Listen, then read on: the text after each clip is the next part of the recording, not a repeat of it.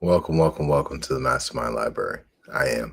They call me Ferdinand, the bringer of balance, leader of many disciplines, and one of your hosts of the MasterMind Library, the home of the MasterMind Book Club on FHTII.com. So my co-host today, he's napping, so we're gonna let him get his sleep. So today we are in episode 155 of the MasterMind Library, and we've been reading from Secrets of the Federal Reserve. Some very powerful information in this book, y'all. Today we're in chapter 13 of the MasterMind Library. Chapter 13 of Secrets of the Federal Reserve. So let's go ahead and move on over to where we need to be, and let's get started. All right, so chapter 13. What we got right here? It's chapter 12. There we go. Chapter 13. Let's make it a little bit larger.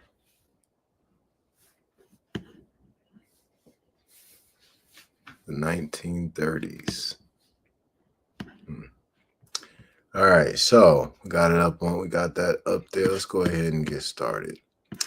In 1930, Herbert Hoover appointed to the Federal Reserve Board an old friend from World War I days, Eugene Meyer, Jr., who had a long record of public service dating from 1915, when he went into partnership with Bernard Baruch in the Alaska Juneau Gold Mining Company.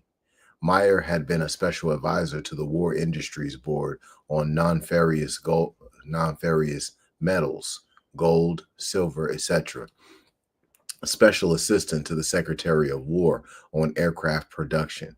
In 1917, he was appointed to the National Committee on War Savings and was made chairman of the War Finance Corporation from 1918 to 1926. He then was appointed chairman of the Federal Farm Loan Board from 1927 to 1929. Hoover put him on the Federal Reserve Board in 1930. And Franklin D. Roosevelt created the Reconstruction Bank for Reconstruction and Development in 1946. Meyer must have been a man of exceptional ability to hold so many important posts. However, there were some senators who did not believe he should hold any government office because of his family background as an international gold dealer and his mysterious operations in billions of dollars of government securities in the First World War. Consequently, the Senate held hearings to determine whether Meyer ought to be on the Federal Reserve Board. At these hearings, Representative Louis T. McFadden, chairman of the House Banking and Currency Committee, said, "Eugene Meyer, Jr. has had his own crowd with him in the government since he started in 1917. His War Finance Corporation personnel took over the Federal Farm Loan System, and almost immediately afterwards, the Kansas City Joint Stock Land Bank and the Ohio Joint Stock Land Bank failed." Representative Rainey, Mr. Meyer, when he nominally resigned as head of the Federal Farm Loan Board, did not really cease his activities there. He left behind him an able body of wreckers. They are continuing his policies and consulting with them. Before his appointment, he was frequently in consultation with Assistant Secretary of the Treasury, Dewey. Just before his appointment, the Chicago Joint Land Stock Bank, the Dallas Joint Stock Land Bank, the Kansas City Joint Land Stock Bank, and the Des Moines Land Bank were all functioning. Their bonds were selling at par. The then Farm Commissioner had an understanding with Secretary Dewey that nothing would be done without the consent and approval of the Federal Farm Loan Board. A few days afterwards, United States Marshals, with pistols strapped at their sides and sometimes with drawn pistols, entered these 5 banks and demanded that the banks be turned over to them. Word went out all over the United States through the newspapers as to what had happened, and these banks were ruined. This led to the breach with the old Federal Farm Loan Board and to the resignation of 3 of its members and the appointment of Mr. Meyer to be head of that board. Senator Carey, Who authorized the marshals to take over the banks? Representative Rainey. Assistant Secretary of the Treasury Dewey. That started the ruin of all these rural banks. And the Giannis's bought them up in great numbers. World's Work of February 1931 said, when the World War began for us in 1917, Mr. Eugene Meyer Jr. was among the first to be called to Washington. In April 1918, President Wilson named him director of the War Finance Corporation. This corporation loaned out $700 million to banking and financial institutions. The Senate hearings on Eugene Meyer Jr. continued. Representative McFadden, Lazare Frères, the International Banking House of New York and Paris, was a Meyer family banking house. It frequently figures in imports and exports of gold. And one of the important functions of the Federal Reserve System has to do with gold movements in the maintenance of its own operations. In looking over the minutes of the hearing we had last Thursday, Senator Fletcher had asked Mr. Meyer, have you any connections with international banking? Mr. Meyer had answered, me? Not personally. This last question and answer do not appear in the stenographic transcript. Senator Fletcher remembers asking the question and the answer. It is an odd omission. Senator Brookhart, I understand that Mr. Meyer looked it over for corrections. Representative McFadden, Mr. Meyer is a brother-in-law of George Blumenthal, a member of the firm of J.P. Morgan Company, which represents the Rothschild interests. He also is a liaison officer between the French government and J.P. Morgan. Edmund Platt, who had 8 years to go on a term of 10 years as governor of the Federal Reserve Board, resigned to make room for Mr. Meyer. Platt was given a vice presidency of Marine Midland Corporation by Meyer's brother-in-law, Alfred A. Cook. Eugene Meyer Jr., as head of the War Finance Corporation, engaged in the placing of $2 billion in government securities. Placed many of those orders first with the banking house, now located at 14 Wall Street, in the name of Eugene Meyer, Jr. Mr. Meyer is now a large stockholder in the Allied Chemical Corporation. I call your attention to House Report number 1635, 68th Congress, second session, which reveals that at least $24 million in bonds were duplicated. $10 million worth of bonds surreptitiously destroyed. Our Committee on Banking and Currency found the records of the War Finance Corporation under Eugene Meyer Jr. extremely faulty. While the books were being brought before our committee by the people who were custodians of them and taken back to the Treasury at night, the committee discovered that alterations were being made in the permanent records. The record of public service did not prevent Eugene Meyer, Jr. from continuing to serve the American people on the Federal Reserve Board, as chairman of the Reconstruction Finance Corporation and as head of the International Bank. President Rand of the Marine Midland Corporation, questioned about his sudden desire for the services of Edmund Platt, said, we pay Mr. Platt $22,000 a year, and when we took his secretary over. Of course, this meant another $5,000 a year. Senator Brookhart showed that Eugene Meyer Jr. administered the Federal Farm Loan Board against the interests of the American farmer, saying, Mr. Meyer never loaned more than $180 million of the capital stock of $500 million of the Farm Loan Board, so that in aiding the farmers, he was not even able to use half of the capital. Mr. Meyer, Senator Kenyon, wrote me a letter which showed that I cooperated with great advantage to the people of Iowa. Senator Brookhart, you went out and took the opposite side from the Wall Street crowd. They always send somebody out to do that. I have not yet discovered in your statements much interest in making loans to the farmers at large, or any real effort to help their condition. In your 2 years as head of the Federal Farm Loan Board, you made very few loans compared to your capital. You loaned only 1/8 of the demand, according to your own statement. Despite the damning evidence uncovered at these Senate hearings, Eugene Meyer Jr., remained on the Federal Reserve Board. During this tragic period, Chairman Louis McFadden of the House Banking and Currency Committee continued his lone crusade against the London connection, which had wrecked the nation. On June 10, 1932, McFadden addressed the House of Representatives. Some people think the Federal Reserve banks are United States government institutions. They are not government institutions. They are private credit monopolies which prey upon the people of the United States for the benefit of themselves and their foreign customers. The Federal Reserve banks are the agents of the foreign central banks. Henry Ford has said, "The one aim of these financiers is world control by the creation of inextinguishable debts."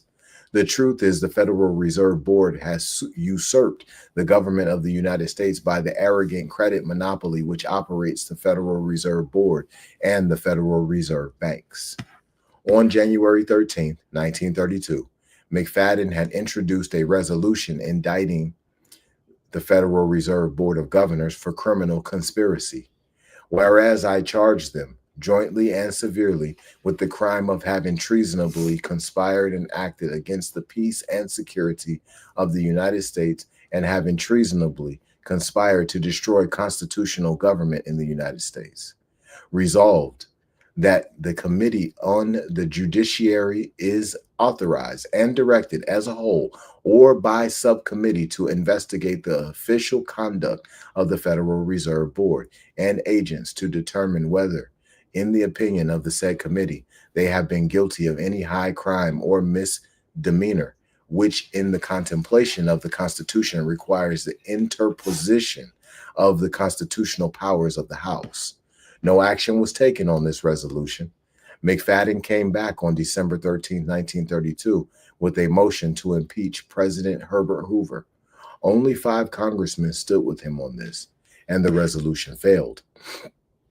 The Republican majority leader of the House remarked, "Louis T. McFadden is now politically dead." On May 23, 1933, McFadden introduced House Resolution number 158, articles of impeachment against the Secretary of the Treasury, 2 Assistant Secretaries of the Treasury, the Federal Reserve Board of Governors, and officers and directors of the Federal Reserve banks for their guilt and collusion in causing the Great Depression. I charge them with having unlawfully taken over $80 billion from the United States government in the year 1928.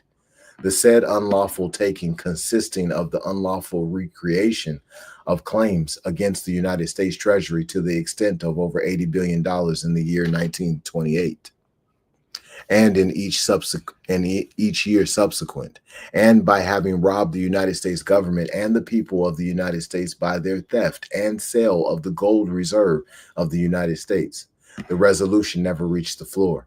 A whispering campaign that McFadden was insane swept Washington, and in the next congressional elections, he was overwhelmingly defeated by thousands of dollars poured into his home district of Canton, Pennsylvania. In 1932, the American people elected Franklin D. Roosevelt president of the United States.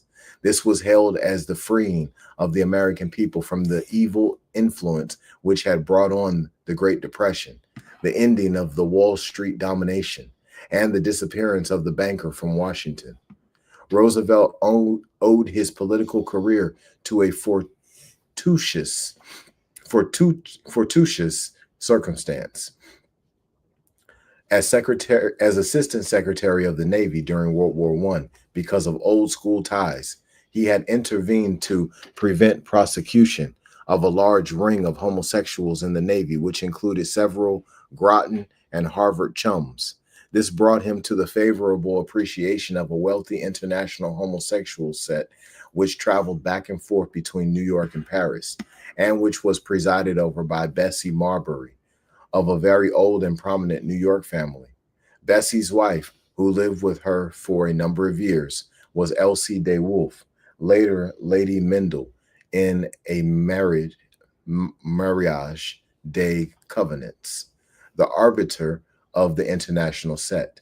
They recruited J.P. Morgan's youngest daughter, Anne Morgan, into their circle and used her fortune to restore the Villa Trianon Trianon in Paris, which became their headquarters.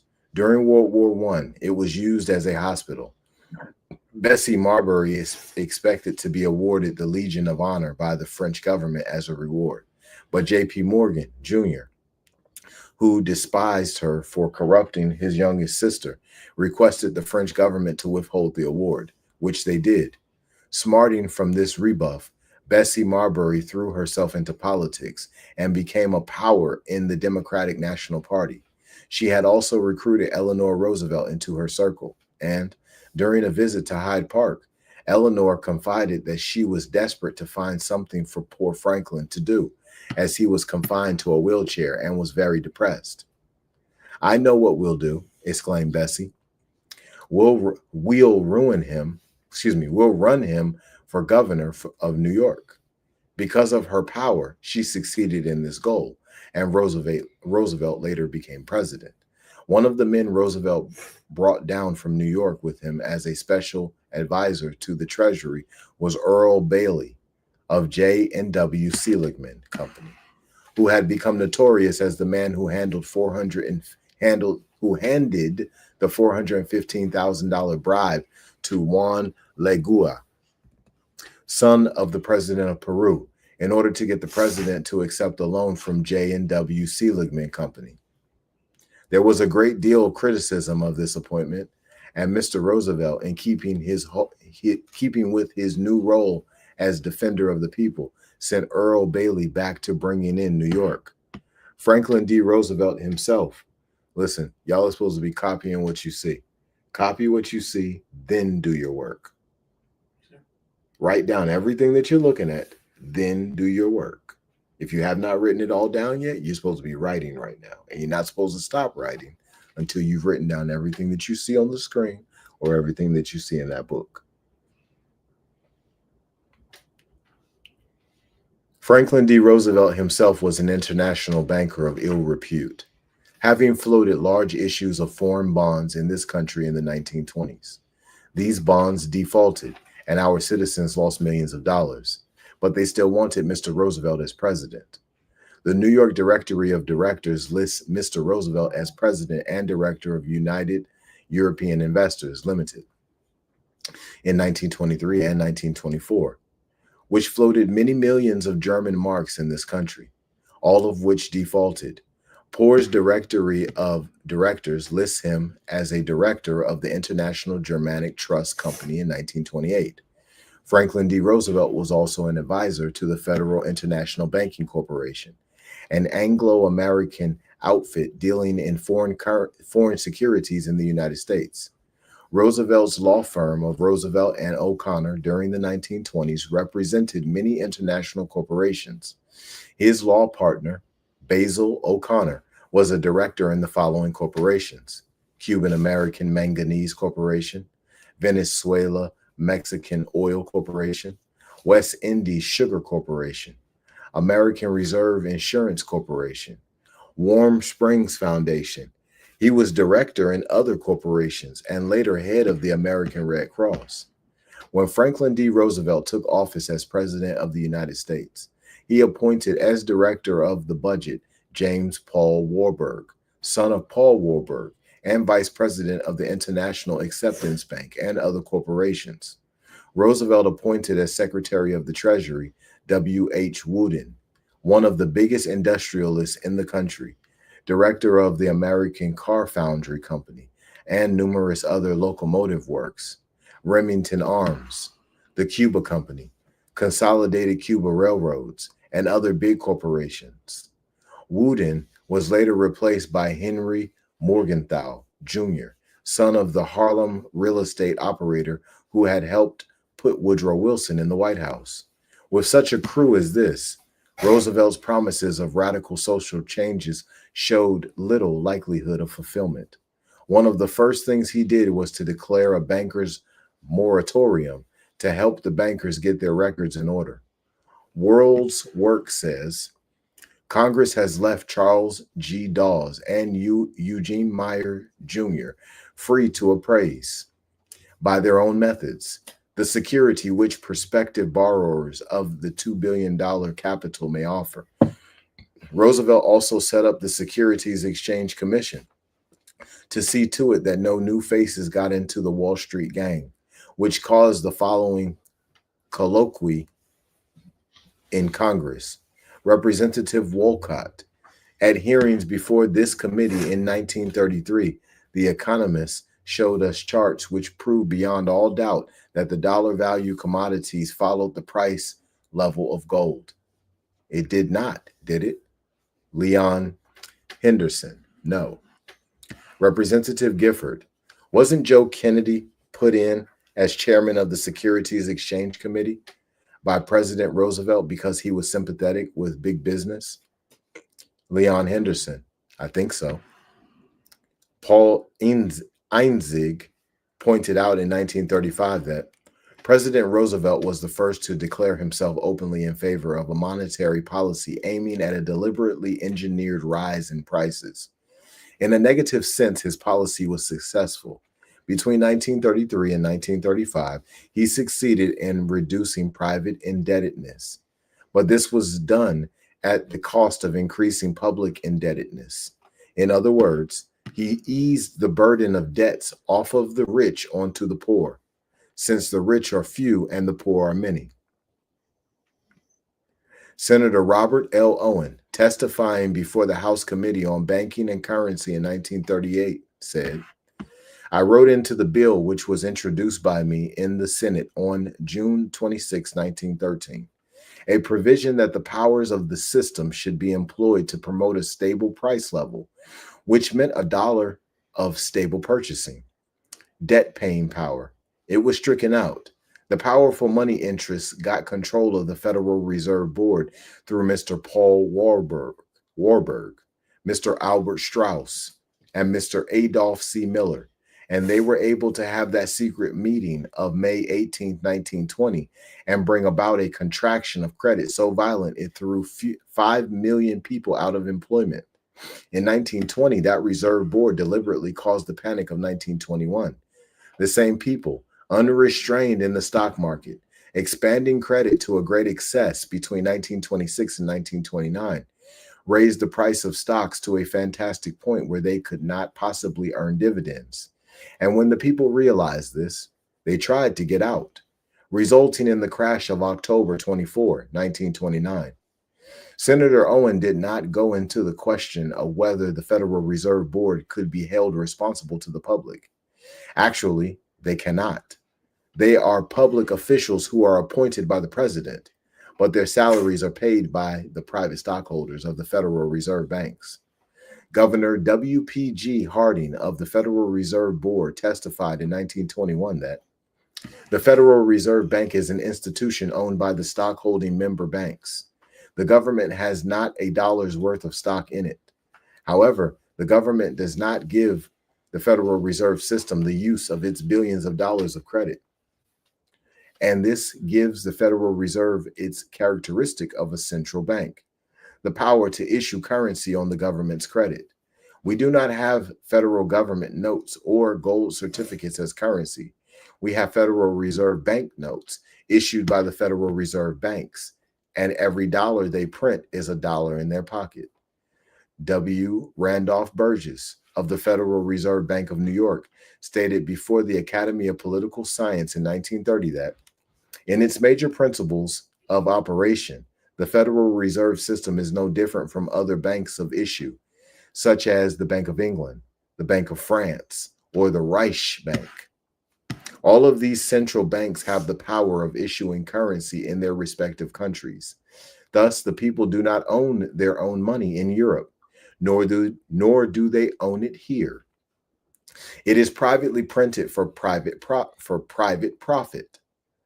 The people have no sovereignty over their money, and it has developed that they have no sovereignty over the other major political issues such as foreign policy. As a central bank of issue, the Federal Reserve System has behind it all the enormous wealth of the American people. When it began operations in 1913, it created a serious threat to the central banks of the impoverished countries of Europe. Because it represented this great wealth, It attracted far more gold than was desirable in the 1920s, and it was apparent that soon all the world's gold would be piled up in this country. This would make the gold standard a joke in Europe because they would have no gold over there to back their issue of money and credit. It was the Federal Reserve's avowed aim in 1927, after the secret meeting with the heads of the foreign central banks, to get large quantities of that gold sent back to Europe, and its methods of doing so. The low interest rate and heavy purchases of government securities, which created vast sums of new money, intensified the stock market speculation, and made the stock market crash and resultant depression a national disaster. Since the Federal Reserve System was guilty of causing this disaster, we might suppose that they would have tried to alleviate it. However, through the dark years of 1931 and 1932, the governors of the Federal Reserve Board saw the plight of the American people worsening and did nothing to help them. This was more criminal than the original plotting of the Depression. Anyone who lived through those years in this country remembers the widespread unemployment, the misery, and the hunger of our people. At any time during those years, the Federal Reserve Board could have acted to relieve this situation. The problem was to get some money back into circulation. So much of the money normally used to pay rent and food bills had been sucked into Wall Street that there was no money to carry on the business of living. In many areas, people printed their own money on wood and paper for use in their communities. And this money was good, since it represented obligations to each other which people fulfilled. The Federal Reserve System was a central bank of issue. It had the power to, and did, when it suited its owners, issue millions of dollars of money.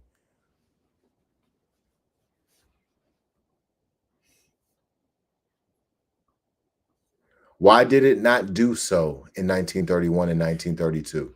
The Wall Street bankers were through with Mr. Herbert Hoover, and they wanted Franklin D. Roosevelt to come in on a wave of glory as the savior of the nation.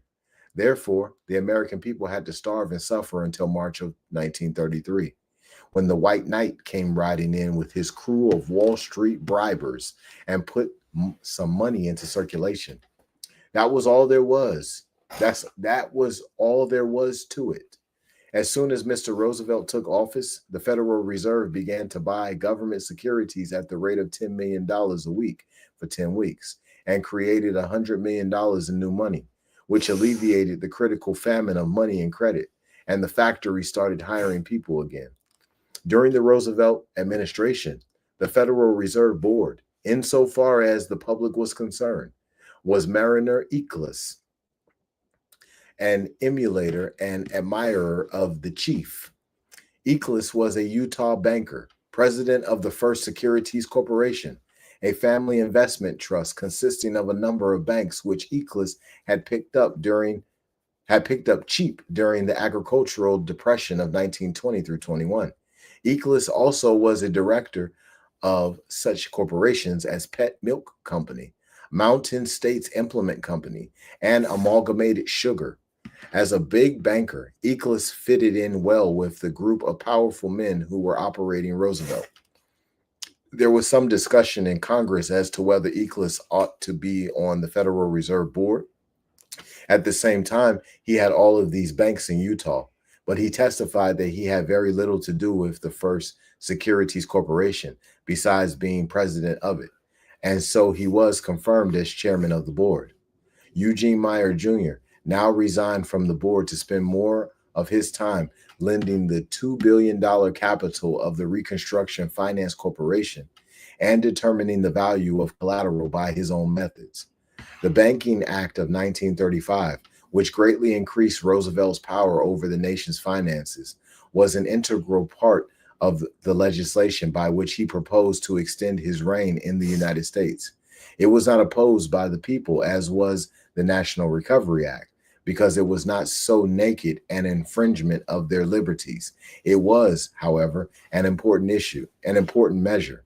First of all, it extended the terms of office of the Federal Reserve Board of Governors to 14 years, or 3.5 times the length of a presidential term.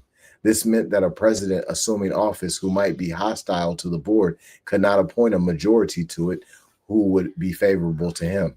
Thus, a monetary policy inaugurated before a president came into the White House would go on regardless of his wishes. The Banking Act of 1935 also repealed the clause of the Glass-Steagall Banking Act of 1933, which had provided that a banking house could not be on the stock exchange and also be involved in investment banking. This clause was a good one, since it prevented a banking house from lending money to a corporation which it owned. Still, it is to be remembered that this clause covered up some other provisions in that act, such as the creation of the Federal Deposit Insurance Corporation, providing insurance money to the amount of $150 to guarantee $15 billion worth of deposits. This increased the power of the big bankers over small banks and gave them another excuse to investigate them. The Banking Act of 1933 also legislated that all earnings of the Federal Reserve banks must by law go to the banks themselves. At last, a provision in the act that the government share in the profits was gotten rid of. It had never been observed, and the increase in the assets of the Federal Reserve banks from $143 million in 1913 to $45 billion in 1949 went entirely to the private stockholders of the banks. Thus, the one constructive provision of the Banking Act of 1933 was repealed in 1935, and also the Federal Reserve banks were now permitted to loan directly to industry, competing with the member banks, who could not hope to match their capacity in arranging large loans. When the provision that banks could not be involved in investment banking and operate on the stock exchange was repealed in 1935, Carter Glass, originator of that provision, was asked by reporters, "Does that mean that JP Morgan can go back into investment banking?" "Well, why not?" replied Senator Glass. "There has been an outcry all over the country that the banks will not make loans. Now the Morgans can go back to underwriting." Because that provision was unfavorable to them, the bankers had simply clamped down on making loans until it was repealed. Newsweek of March 14th, 1936 noted that, come here.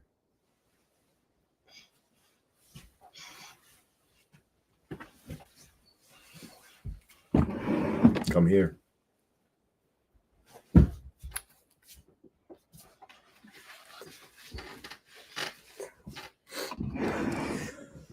The Federal Reserve Board fired 9 chairmen of reserve banks, explaining that it intended to make the chairmanship of the reserve banks largely a part-time job on an honorary basis. This was another instance of the centralization of control in the Federal Reserve System. The regional district system had never been an important factor in the administration of monetary policy, and the board was not cutting down on its officials outside of Washington.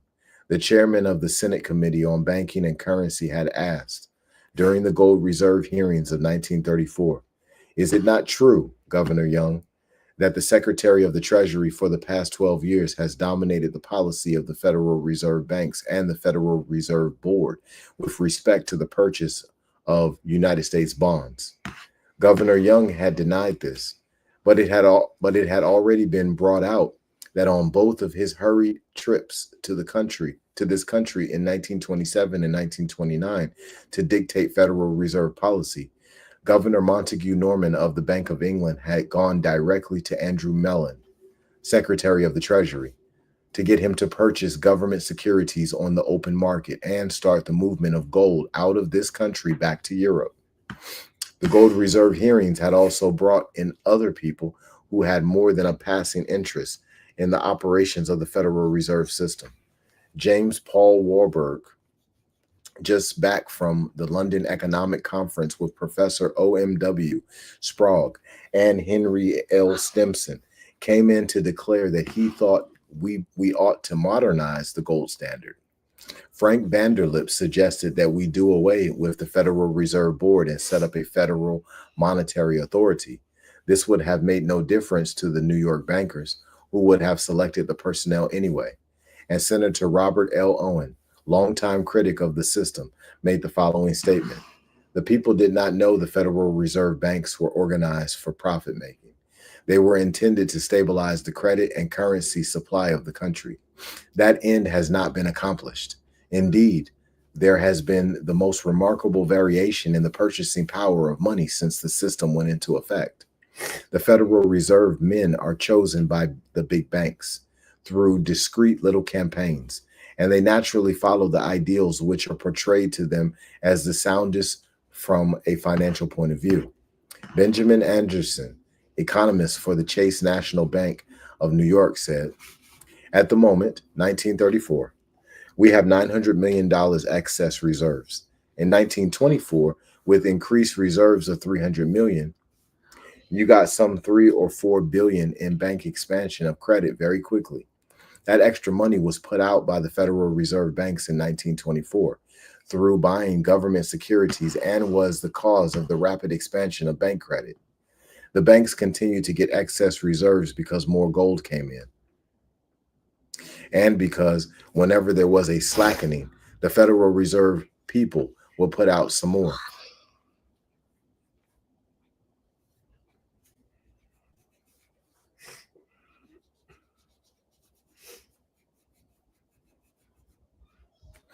They held back a bit in 1926.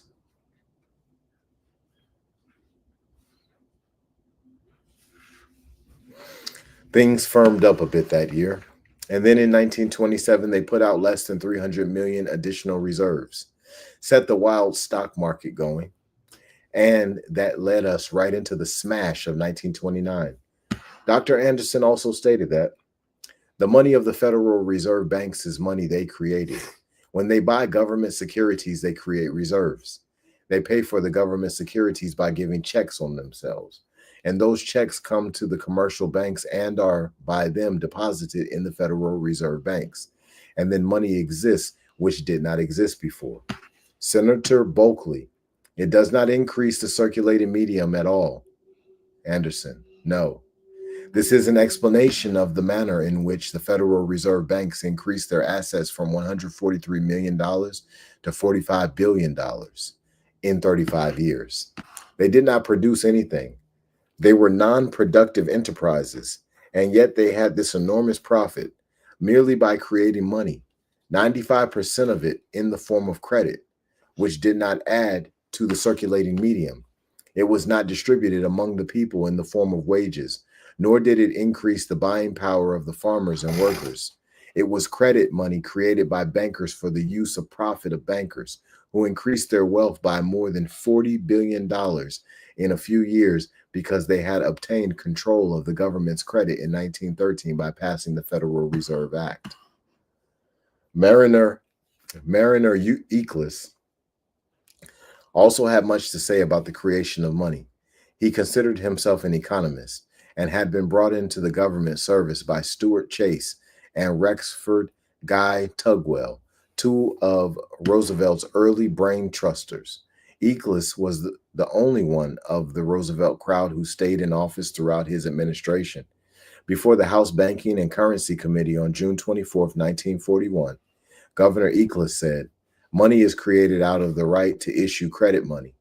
Turning over the government's credit to private bankers in 1913 gave them unlimited opportunities to create money.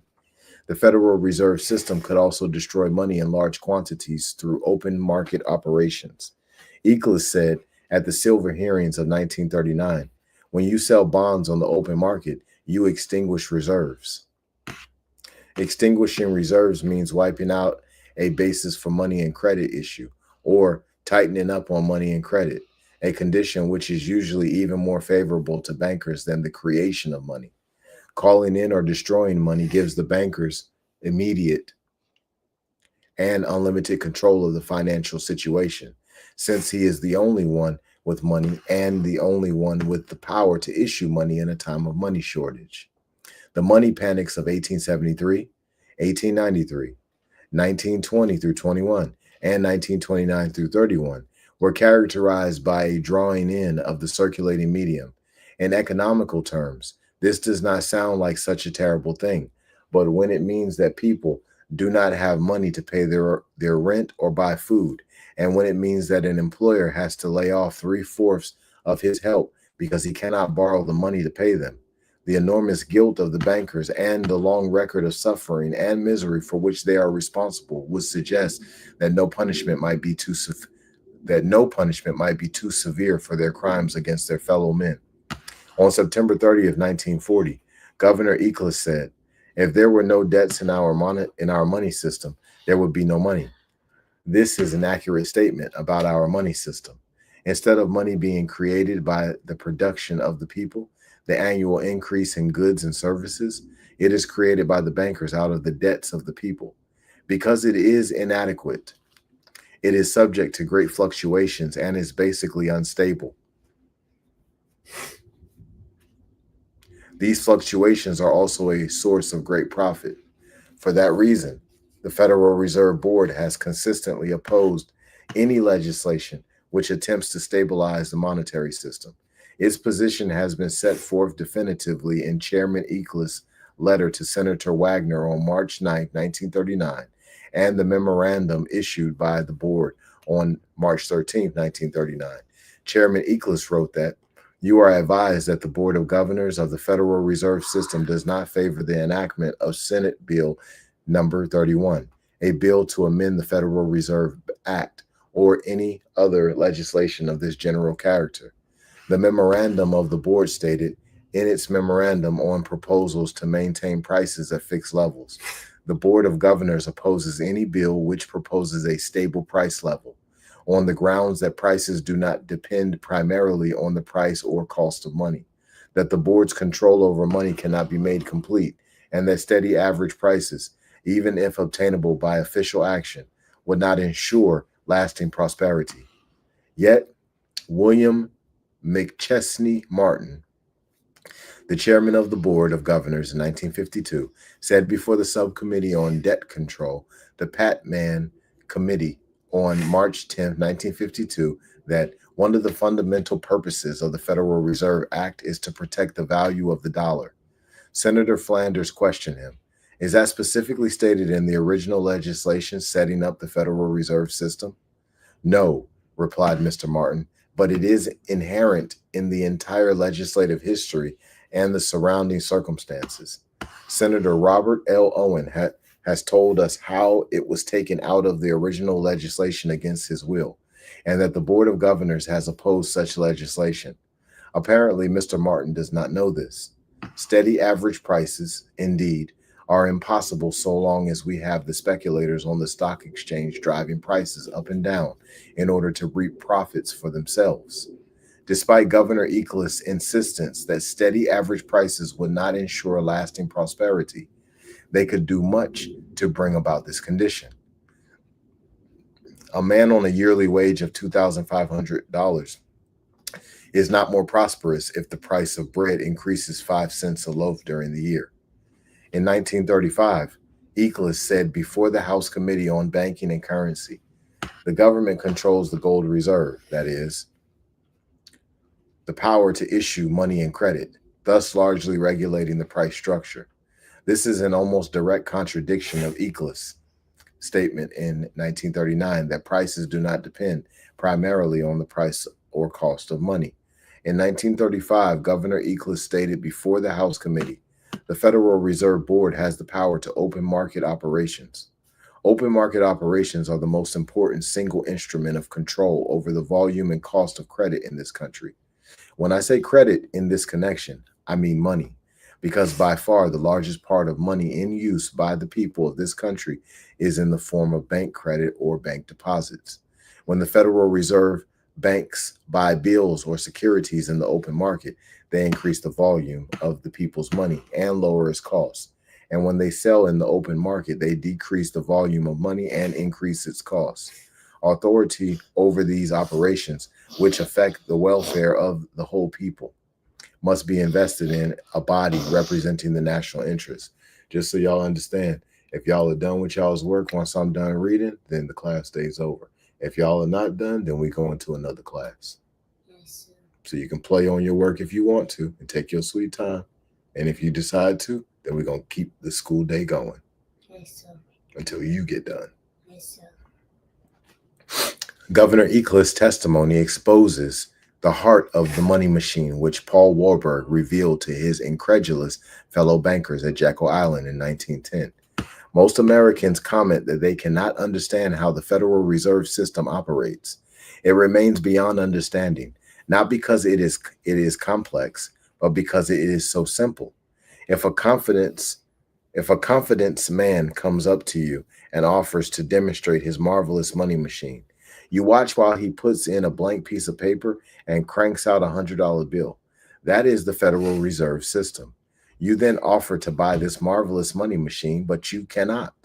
It is owned by the private stockholders of the Federal Reserve Bank, whose identities can be traced partially, but not completely, to the London connection.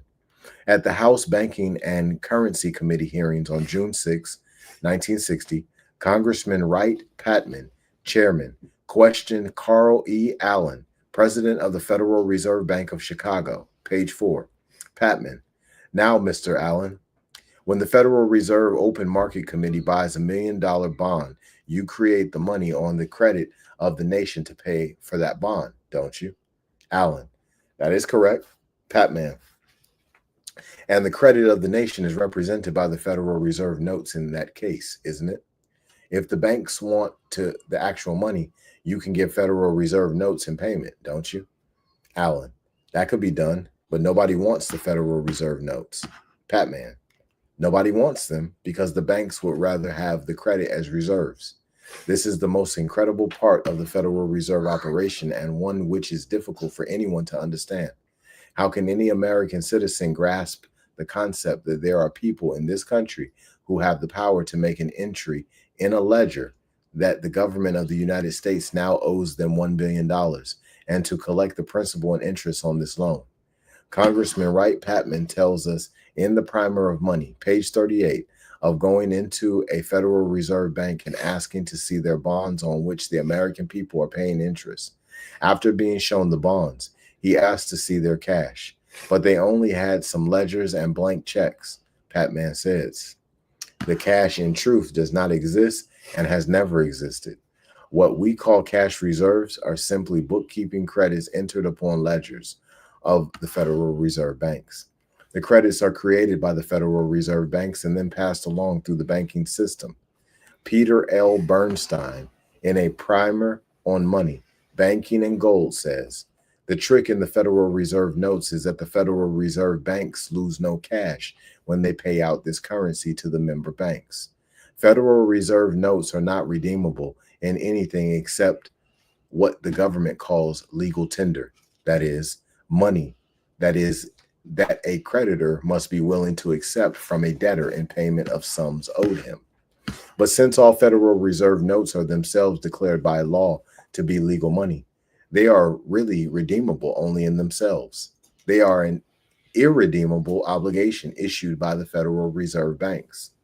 As Congressman Patman puts it, the dollar represents a $1 debt to the Federal Reserve System. The Federal Reserve Banks create money out of thin air to buy government bonds from the United States Treasury, lending money into circulation at interest by bookkeeping entries of checkbook credit to the United States Treasury. The Treasury writes up an interest bearing bond for $1 billion. The Federal Reserve gives the Treasury a $1 billion credit for the bond and has created out of nothing a $1 billion bond. Y'all need to move y'all stuff off the bed.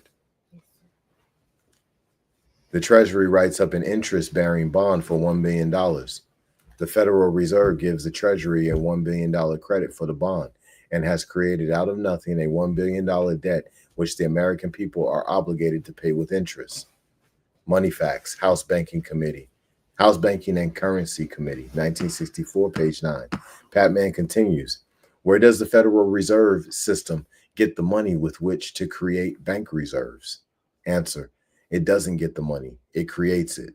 When the Federal Reserve writes a check, it is creating money. The Federal Reserve is a total money-making machine. It can issue money or checks. In 1951, the Federal Reserve Bank of New York published a pamphlet, A Day's Work at the Federal Reserve Bank of New York. On page 22, we find that there is still another and more important element, a public interest in the operation of banks besides the safekeeping of money. Banks can create money. One of the most important factors to remember in this connection is that the supply of money affects the general level of prices, the cost of living. The cost of living index and money supply are parallel. The decisions of the Federal Reserve Board, or rather, the decisions which they are told to make by parties unknown, affect the daily lives of every American by the effect of these decisions on prices. Raising the interest rate or causing money to become dearer acts to limit the amount of money available in the market, as does the raising of reserve requirements by the Federal Reserve System. Selling bonds by the Open Market Committee also extinguishes and lowers the money supply. Buying government securities on the open market creates more money, as does lowering the interest rate and making money cheaper. It is axiomatic that an increase in the money supply brings prosperity, and that a decrease in the money supply brings on a depression. Dramatic increases in the money which outstrips the supply of goods brings on inflation, too much money chasing too few goods. A more esoteric aspect of the monetary system is velocity of circulation, which sounds much more technical than it is. This is the speed at which money changes hands.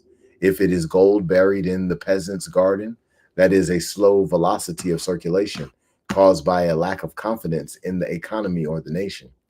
Very rapid velocity of circulation, such as the stock market boom of the late 1920s, means quick turnover, spending and investing of money, and it stems from confidence and overconfidence, or overconfidence in the economy. With a high velocity of circulation, a smaller money supply circulates among as many people and goods as a larger money supply would circulate with a slower velocity of circulation. We mention this because the velocity of circulation, or confidence in the economy, also is greatly affected by the Federal Reserve actions. Milton Friedman comments in Newsweek, May 2nd, 1983. The Federal Reserve's major function is to determine the money supply. It has the power to increase or decrease the money supply at any rate it chooses. This is an enormous power because increasing the money supply can cause the re-election of an administration, while decreasing it can cause an administration to be defeated. Friedman goes on to criticize the Federal Reserve. How is it that an institution which has so poor a record of performance nevertheless has so high a public reputation and even commands a considerable measure of credibility for its forecasts? All open market transactions which affect the money supply are conducted for a single system account by the Federal Reserve Bank of New York on the behalf of all the Federal Reserve banks and supervised by an officer of the Federal Reserve Bank of New York. The conferences at which decisions are made to buy or sell securities by the Open Market Committee remain closed to the public, and the deliberations also remain a mystery. On May 8, 1928, the New York Times reported that Adolph C. Miller, governor of the Federal Reserve Board, testifying before the House Banking and Currency Committee, stated that open market purchases and rediscount rates were established through conversations. At that time, the purchases on the open market amounted to $70 or $80 million a day and will be 10 times that day. These are vast sums to be manipulated on the basis of mere conversations, but that is as much information as we can obtain. Because of these mysterious transactions which affect the life, liberty, and happiness of every American citizen, there have been numerous proposals such as Senate Document Number 23, presented by Mr. Logan on January 24, 1939, that the government should create, issue, and circulate all the currency and credit needed to satisfy the spending power of the government and the buying power of the consumers. The privilege of creating and issuing money is not only the supreme prerogative of government, but it is the government's greatest creative opportunity. On March 21st, 1960, Congressman Wright Patman used a simple illustration in the congressional record of how banks create money. If I deposit $100 with my bank and the reserve requirements imposed by the Federal Reserve Bank are 20%, then the bank can make a loan to John Doe of up to $80. Where does the 80 come from? It does not come out of my deposit of $100. On the contrary, the bank simply credits John Doe's account with $80. The bank can acquire government obligations by the same procedure, by simply creating deposits to the credit of the government. Money creating is a power of the commercial banks. Since 1917, the Federal Reserve has given the private banks $46 billion of reserves. How this is done is best revealed by Governor Eccles at hearings before the House Committee on Banking and Currency on June 24, 1941. Eccles: the banking system as a whole creates and extinguishes the deposits as they make loans and investments, whether they buy government bonds or whether they buy utility bonds or whether they make farmers' loans. Mr. Patman: I am thoroughly in accord with what you say, Governor, but the fact remains that they created the money, did they not? Eccles: well, the banks create money when they make loans and investments. On September 30th, 1941, before the same committee, Governor Eccles was asked by Representative Patman, how did you get the money to buy those $2 billion worth of government securities in 1933? Eccles: we created it. Mr. Patman: out of what? Eccles: out of the right to issue credit money. Mr. Patman: and there is nothing behind it, is there, except our government's credit? Eccles: that is what our money system is. If there were no debts in our money system, there wouldn't be any money. On June 17, 1942, Governor Eccles was interrogated by Mr. Dewey. Eccles: I mean the Federal Reserve, when it carries out an open market operation, that is, if it purchases government securities in the open market, it puts new money into the hands of the banks, which creates idle deposits. Dewey: there are no excess reserves to use for this purpose.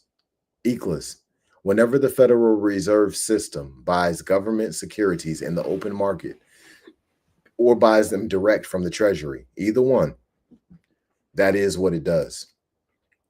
Dewey: what are you going to use to buy with them? What are you going to use to buy them with? You are going to create credit? Eccles: that is all we have ever done. That is the way the Federal Reserve System operates. The Federal Reserve System creates money. It is a bank of issue. At the House hearing of 1947, Mr. Colburn asked Mr. Eccles, what do you mean by monetization of the public debt? Eccles: I mean the bank creating money by the purchase of government securities. All is created by debt, either private or public debt. Fletcher: Chairman Eccles, when do you think there is a possibility of returning to a free and open market instead of this pegged and artificially controlled financial market we now have? Eccles: never, not in your lifetime or mine. Congressman Jerry Voorhis is quoted in U.S. News, August 31st, 1959, as questioning Secretary of Treasury Anderson. Do you mean that banks in buying government securities do not lend out their customers' deposits? That they create the money they use to buy the securities? Anderson: that is correct.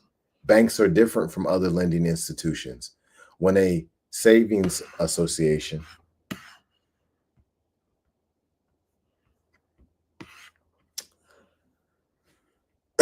when a savings association, an insurance company, or a credit union makes a loan, it lends the very dollar its customers have previously paid in.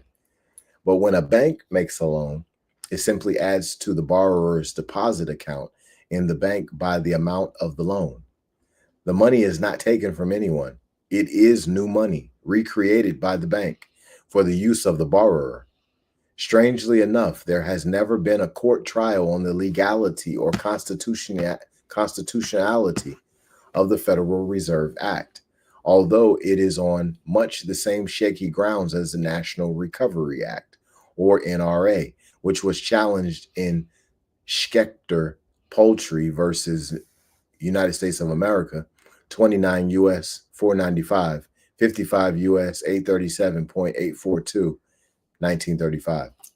The NRA was ruled unconstitutional by the Supreme Court on the grounds that Congress may not abdicate or transfer to others its legitimate functions.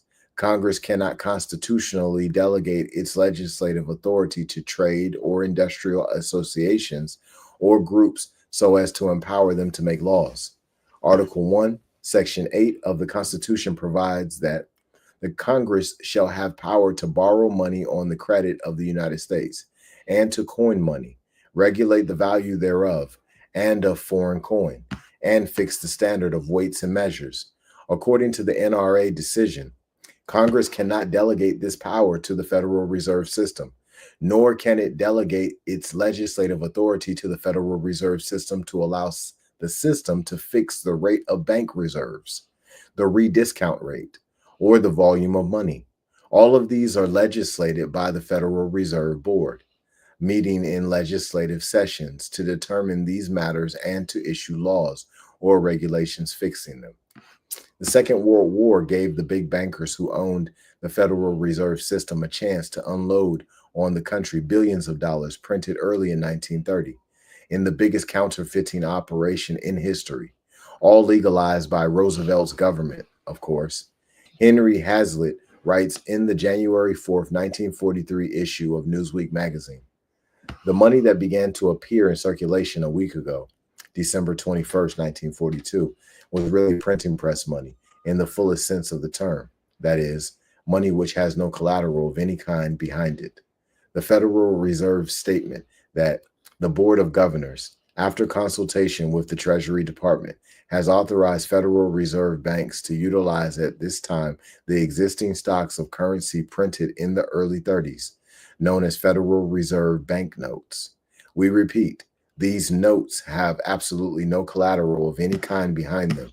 Governor Eccles also testified to some other interesting matters of the Federal Reserve and war finance at the Senate hearings on the Office of Price Administration in 1944. The currency in circulation was increased from $7 billion in 4 years to $21.5 billion. We are losing some considerable amounts of gold during the war, as our exports have gone out, largely on a lend-lease basis. We have taken imports on which we have given dollar balances. These countries are now drawing off these dollar balances in the form of gold. Mr. Smith, Governor Eccles, what is the objective that the foreign governments are after in this projected program, whereby we would contribute gold to an international fund? Governor Eccles, I would like to discuss OPA and leave the stabilization fund for a time when I am prepared to go into it. Mr. Smith, just a minute. I feel that this fund is very pertinent to what we are talking about today. Mr. Ford, I believe that the stabilization fund is entirely off the OPA, and consequently, we ought to stick to the business at hand. The congressman never did get to discuss the stabilization fund, another setup whereby we would give the impoverished countries of Europe back the gold which had been sent over there. In 1945, Henry Hazlitt, commenting in Newsweek of January 22nd on Roosevelt's annual budget message to Congress, quoted Roosevelt as saying, I shall later recommend legislation reducing the present high gold reserve requirements of the Federal Reserve banks. Hazlitt pointed out that the reserve requirement was not high. It was just what it had been for the past 30 years. Roosevelt's purpose was to free more gold from the Federal Reserve System and make it available for the Stabilization Fund, later called the International Monetary Fund, part of the World Bank for Reconstruction and Development, the equivalent of the League of Finance Committee, which would have swallowed the financial sovereignty of the United States if the Senate had just let us join. And that concludes chapter 13. On our next episode, we'll be going into chapter 14, Congressional Expose. Super powerful material, y'all. I can say it over and over again. Super, super powerful material here. Really waking everybody up to help them understand what has taken place in this country, who has taken control, who's still in control now, Like who's still in control right now? That's a major piece that we need to know. Now we know where the gold is. We had $500 million worth of gold moved out of this country to Europe, and 13 families are in control of it. That gold will be returned. That gold will be put into the hands of the ancient royal people of this bloodline.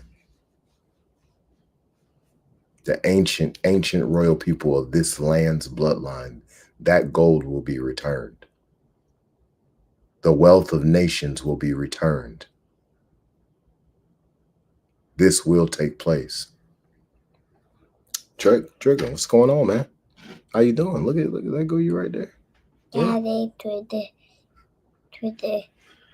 daddy, it was daddy, this. Yeah. Yep. Yep. Little sincere. Huey, Elijah. daddy, to the Trigger. daddy, to the daddy. What's that? Good job. Yeah. So have you been liking the book? Have you been paying attention to the reading? Yep. Okay. What have you learned? A, T, E, T, E, Very good. A, B, C, D, D, T, E, F, G, H, I, J, K, L, M, N, O, P, Q, R, S, T, U, V, W, X, Y, Z. Yeah. Good job, buddy. Very good. Very good. So that concludes today's episode. On the next episode, we're coming back with the last chapter of Secrets of the Federal Reserve. We're going to go ahead and finish it up, and we're going to get ready for our next book, which is The Ageless Woman.